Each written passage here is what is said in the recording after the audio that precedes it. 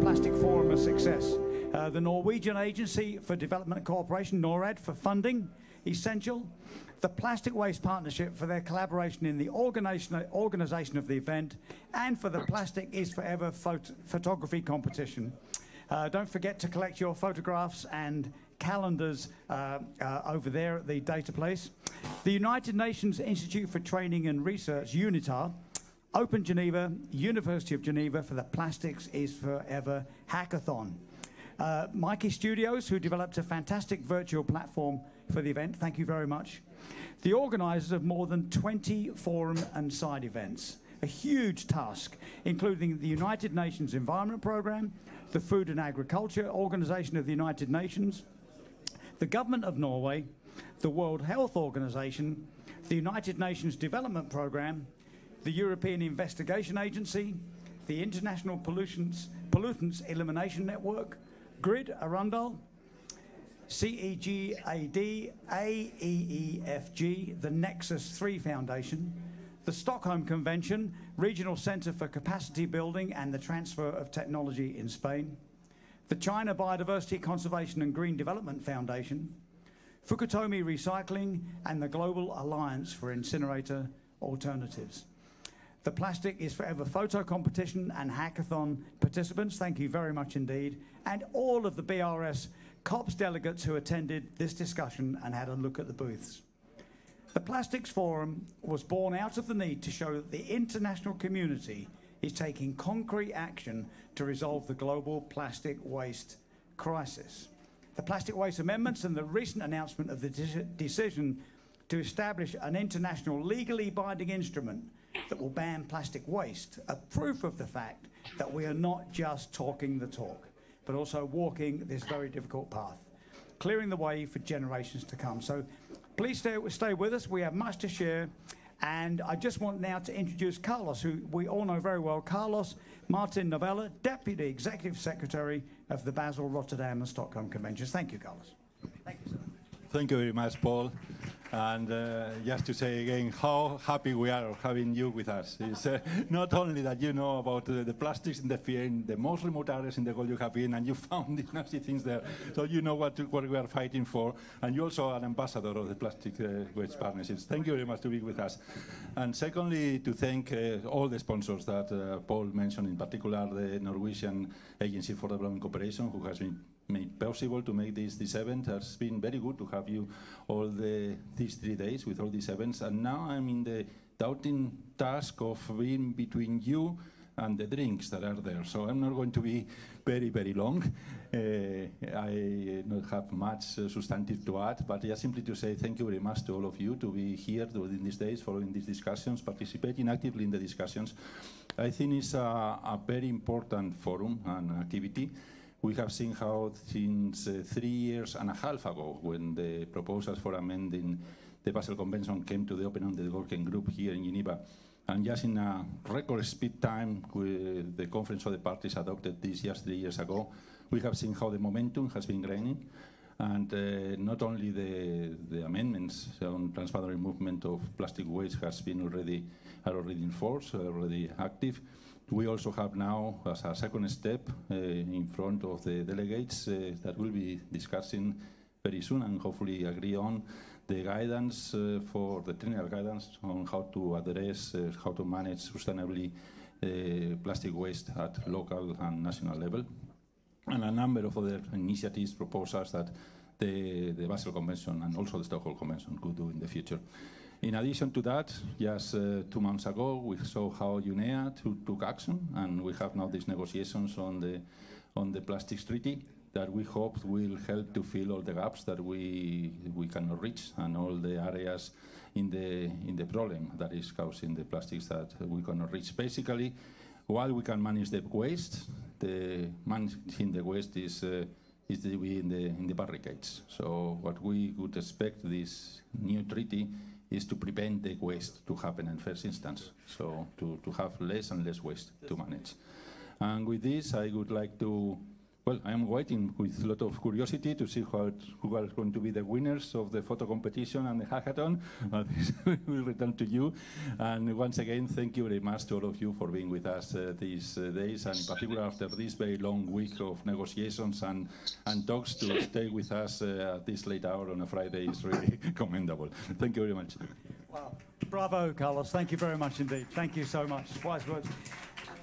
And now we can announce the Plastic Waste Partnership Photography Competition winners, and we have Jewel to join us. Jewel, sorry, I couldn't see you earlier.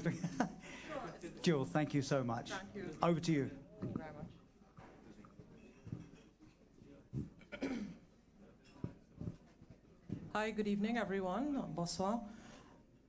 My name is Jewel Bachasing, and I wear several hats, but the hat that I'm wearing tonight is that I am the chair of the Plastic Waste Partnership Group 4 on Outreach, Education and Awareness. So it is indeed my pleasure this evening to share with you the winners in the different categories for the Plastic Waste Partnership competition, the photo competition. And first up, we have our winner in the child category, and the winner is Miss Sienna Goldstein from Seychelles with her photograph, Morning Spotlight, taken at Anse Royale Church Lawn in the Seychelles. The photo is actually directly behind us. It's the one on the extreme right out of the three. So congratulations to you, Miss Goldstein, and can I ask you to tell us, I think you're online, can you just confirm, Ms. Goldstein? Sienna? Yeah, Hi. I'm online. Hi. Congratulations, congratulations. Could you tell us what inspired you? Well, that morning, my mom had woken me up super early to go take a photo of this plastic sign made by the school in Osweiler, but I was really grumpy and I was upset. But then we saw the sunrise opposite the church, so we decided, okay, let's go look at that to cheer me up a bit. And then we saw the bin tipped over, and I thought it was the perfect opportunity because it presented the contrast between nature and plastic waste really well, and it was really dark at the bottom and very bright at the top with the nature. And then I took the photo and handed it in. Absolutely wonderful. Here we are. I'm sure, were you still grumpy after you took it? No, I wasn't. It was so pretty. Yes, it did combine both the good and the bad about the environment that we see before us, and it's quite a common photo that we see now. So congratulations again to you, Sienna, and thanks for joining us from the Seychelles. Thank you. Can we have a round of applause for Sienna? Thank you very much. Next up, in the amateur category, we have a photo that I think everybody's attention was drawn to. If you, as I told in another meeting, if you were walking with your head up and actually paying attention to the photos that are on display. And it really was an emphatic one. The title was "A Woman Scavenges for Survival from a Plastic Mountain." And the winner is Mr. Sufyan Arshad from Pakistan. And Mr. Arshad, are you online? A truly emphatic and a real picture, very real picture. Yes, I am online. Could you tell us a bit about what inspired you for this photo? And thank you very much for joining us from Pakistan. First of all, thank you so much for this great opportunity. I am really excited because my field is environmental science. I am graduate in climate justice.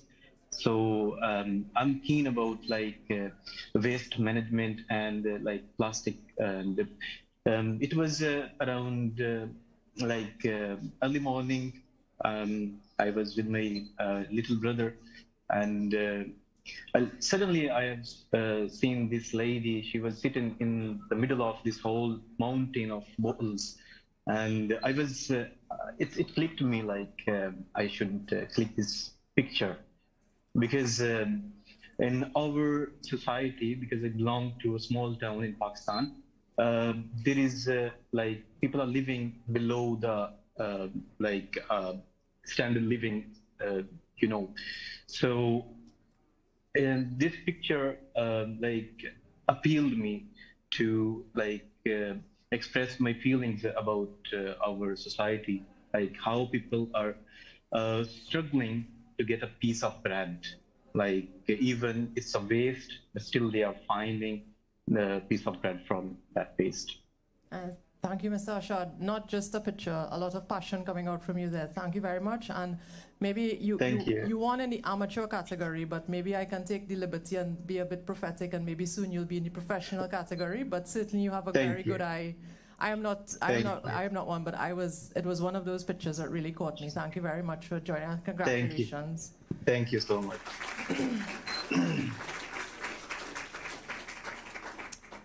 And now we have the winner in the professional category, and my Dutch is not good, besides Hudo Morgan. So I hope I don't butcher his name, but Mr. Vincent Kiefel from the Netherlands with his photo, manta ray and plastic soup, another very emphatic photo which is shown here, I hope soon, where the manta ray's mouth is open and the plastic is almost being taken in. Photo is there. Are you okay? Yeah. Okay. So, are you with us? I will say Vincent because I don't want to butcher your name. Yes, I am. Can you hear me? Yes, I can. Yes. And please tell us a bit about not only what inspired this photo, but tell us how you took it. Were you diving or were you snorkeling? Yeah. Well, thank you so much for this opportunity. Really honored to be awarded this prize.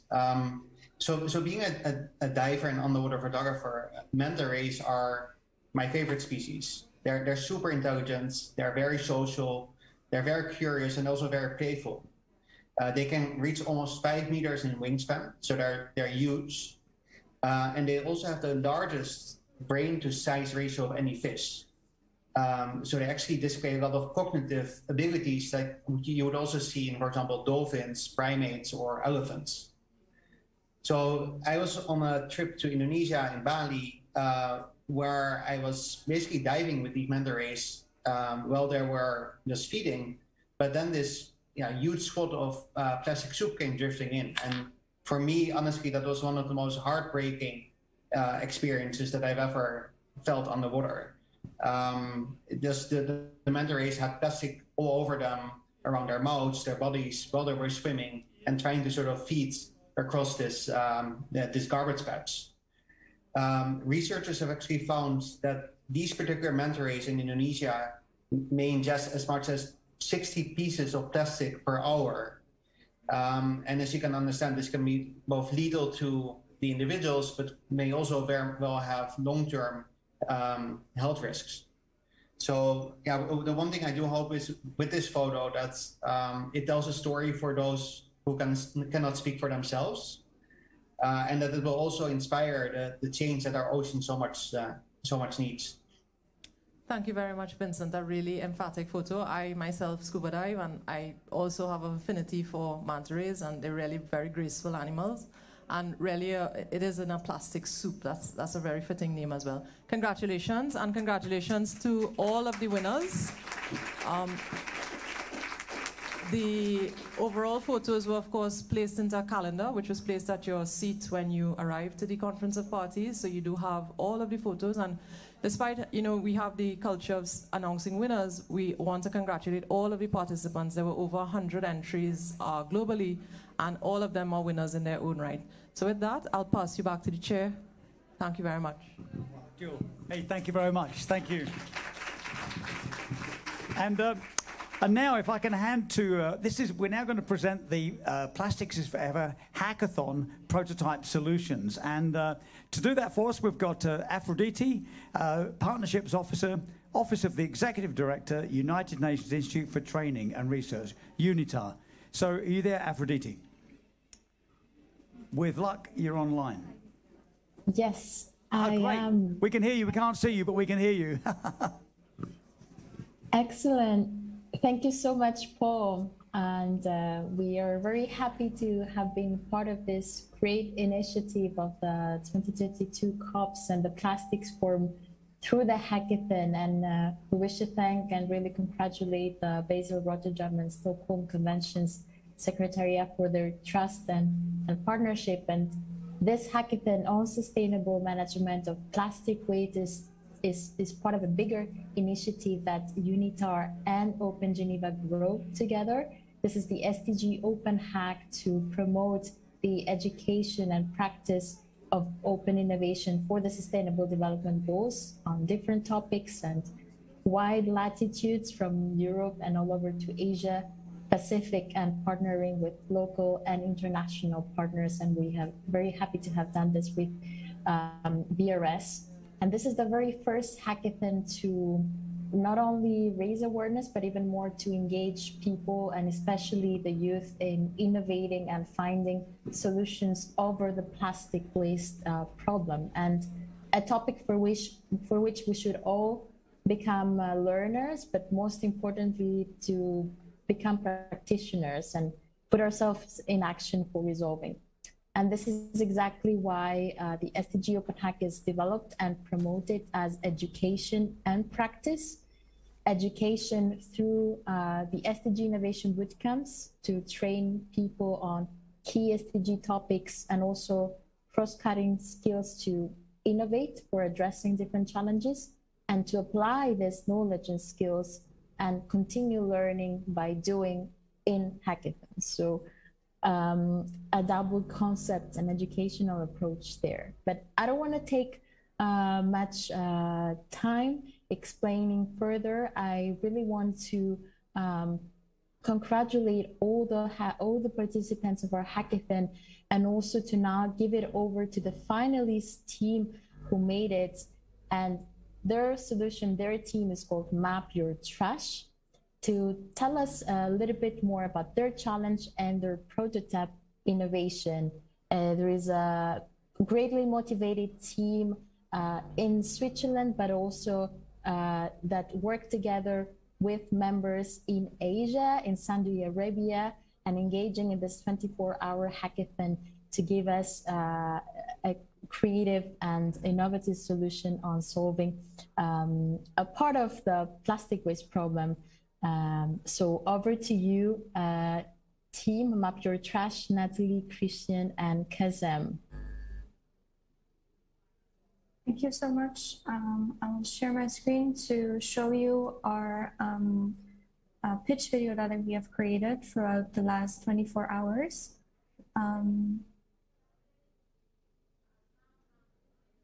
Yeah.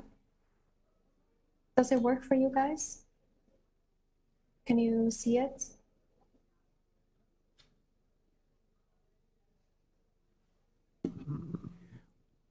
We can't yet, Natalie. We saw your whole screen there, but not the presentation just yet. Okay, that's bizarre. I'll reshare again. Maybe, yeah, maybe you can stop sharing. That might work better. There you go, Natalie. That looks like it. Okay, yeah, I see it on the video. Our planet is drowning in plastic waste. Recycling is essential to get already existing plastic waste out of our environment. It can be, for example, turned into pretty cool stuff, like housing and roads. Currently, a lot of waste is produced in developed countries and exported into developing countries without any recycling capacity. We also want to know what is happening with all this plastic. For this, our map also includes data for each country on quantitative indicators, such as the amount of waste generated, recycled, and exported. More importantly, it also includes qualitative indicators such as the innovative ways that countries are targeting this issue. But a lot of data we have is either unreliable or completely missing. Is it therefore essential to find new ways to document waste and to find innovative solutions together with the people that are more concerned by it? People working with waste every day, like garbage collectors.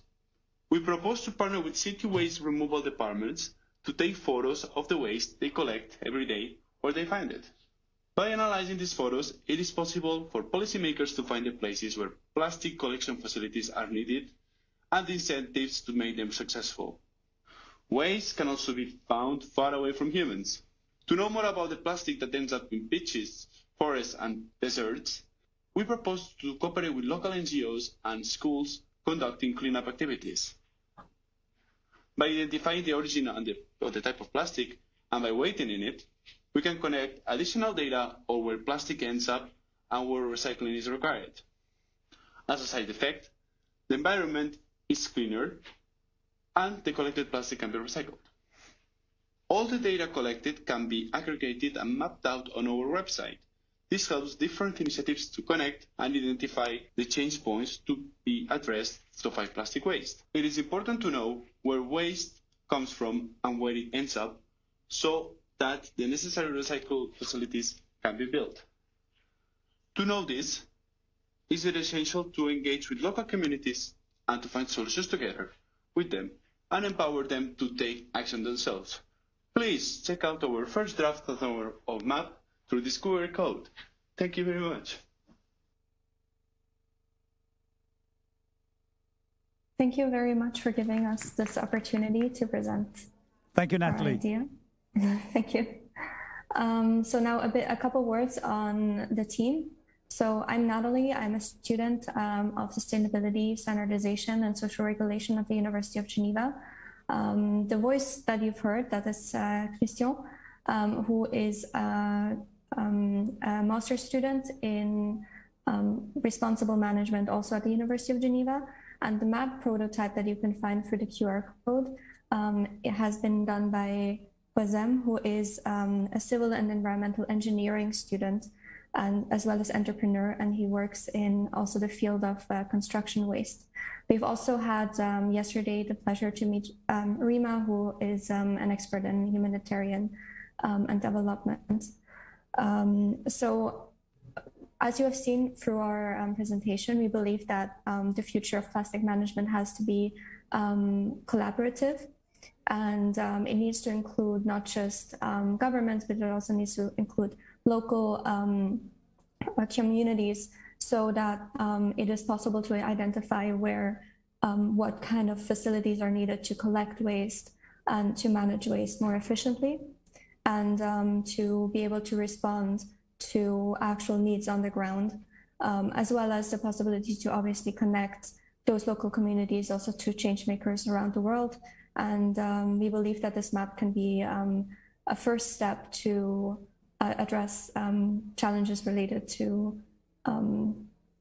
plastic waste management around the world. Thank you, Natalie.